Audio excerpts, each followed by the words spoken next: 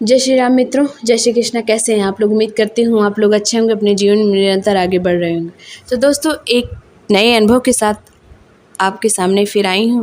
उम्मीद करती हूँ आपको पसंद आएगा। दोस्तों, ये कहानी है दिल्ली के रहने वाले मुकेश की।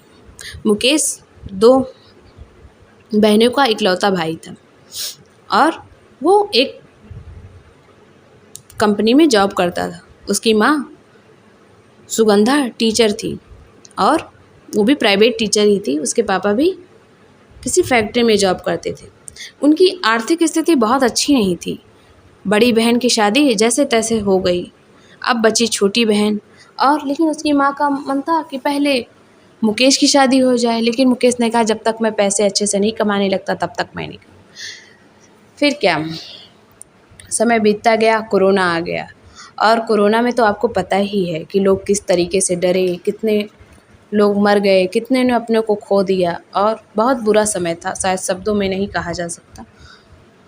मुकेश के परिवार पे भी कोरोना का प्रभाव हुआ और मुकेश की जॉब चली गई। अब तो घर में वो अकेला रहते रहते चिड़चिड़ा हो गया और अजीब से उसको स्वभाव में बदलाव आने लगा। गुस्सा आना, किसी चीज़ पे तुरंत फेंक देना उठा के, कोई चीज़ खाने में ना पसंद है, जबकि वो बहुत ही शांत बच्चा था। उसकी माँ सुगंधा भी ये सब देख के बहुत परेशान थी। उसकी छोटी बहन पलक भी सोचती कि ये भैया को क्या हो गया है। उसके पापा भी परेशान रहते। अब कोई रास्ता नहीं नज़र आ रहा था। डॉक्टर को भी दिखाया जा रहा था, दवाएं भी ले रहा था वो, लेकिन उसे बस जो घबराहट बेचैनी होती है वो दवाओं से भी जैसे उसे शांत नहीं। जब वो सोता, नींद की गोली जब खा लेता तो उसे नींद आती नहीं, तो उसको लगता कि मेरा दिमाग फट जाएगा। उसका चेहरे में अजीब सा आंखें जैसे उसकी लाल लाल रहने लगी। उसकी माँ रोती ही रहती कि भई मेरे बेटे को क्या हो गया। को ऐसे कोरोना है, मैं कुछ कर भी नहीं सकती, कोई ना कहीं जा सकती हूँ ना आ सकती हूँ। आसपास के डॉक्टरों को ही दिखाया करती और भगवान से प्रार्थना करती कि मेरे बेटे को ठीक कर दो। फिर ऐसे ही एक दिन सुगंधा ने अपनी भाभी यानी मुकेश की मामी को फ़ोन किया। बात करते करते वो रोने लगी और उन्हें अपनी सारी परेशानी बताई। उसकी मामी ने कहा, ठीक है, एक बगल के पंडित जी हैं, मैं उनसे पूछ कर बताऊँगी, आप परेशान मत होइए दीदी, कोई न कोई हल ज़रूर निकलेगा। फिर दूसरे दिन उसकी मामी ने फ़ोन किया अपनी ननद के पास यानी मुकेश की माँ के पास। उन्होंने कहा, दीदी पंडित जी ने बताया है मुकेश को कोई नकारात्मक ऊर्जा ने घेर रखा है। कोरोना तो है ही, लेकिन कोई नेगेटिविटी भी है जो उसको हावी हो रही है उसके ऊपर।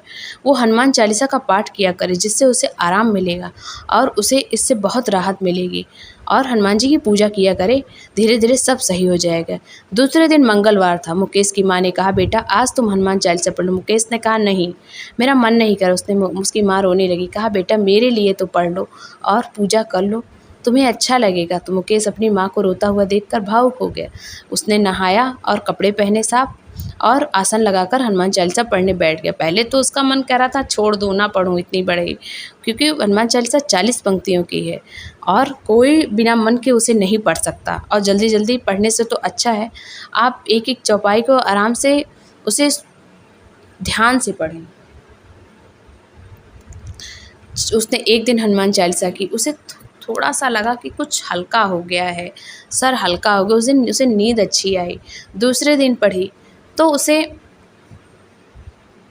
सर में दर्द होना बंद हो गया।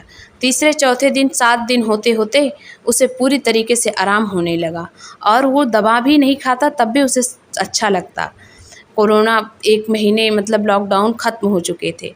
फिर हनुमान चालीसा लेकिन उसने पढ़ना नहीं छोड़ा। वो कभी 3 बार, कभी 4 बार, कभी 5 बार, कभी 21 बार, कभी 51 बार, जैसे उसको मिलता उसको मन करता कि पढ़ता ही रहूं। फिर 1 महीने बाद जब लॉकडाउन ख़त्म हुआ, उसे एक कॉल आई ऑफिस से। उन्होंने जॉब के लिए ऑफ़र किया। मुकेश ने तुरंत हाँ कर दी और जॉब भी अच्छी थी, सैलरी भी अच्छी थी और जॉब उसकी लग गई। अब उसके जीवन में सब कुछ ठीक था। कुछ दिन बाद उसके लिए एक अच्छी लड़की का रिश्ता है, उसकी माँ ने शादी भी करवा दी।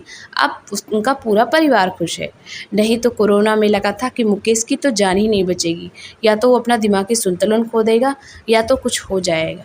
उसकी माँ भी मेहंदीपुर बालाजी हर महीने जाती रहती और मुकेश भी जाता था। तो देखा दोस्तों, कैसे बालाजी ने एक कोरोना से कोरोना से पीड़ित कह लीजिए या नकारात्मक ऊर्जा से कैसे उसकी रक्षा की, क्योंकि हमें नहीं पता कि बीमारी है या किया कराया है, हमें बस उनकी शरणागत हो जाना है। जो रास्ता दिखाएंगे हम उसी पे चलेंगे।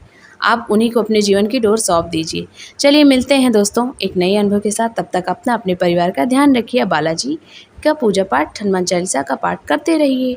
चलिए, जय श्री राम, सीताराम, जय बालाजी महाराज, जय माता दी, हरे कृष्ण, राधे राधे।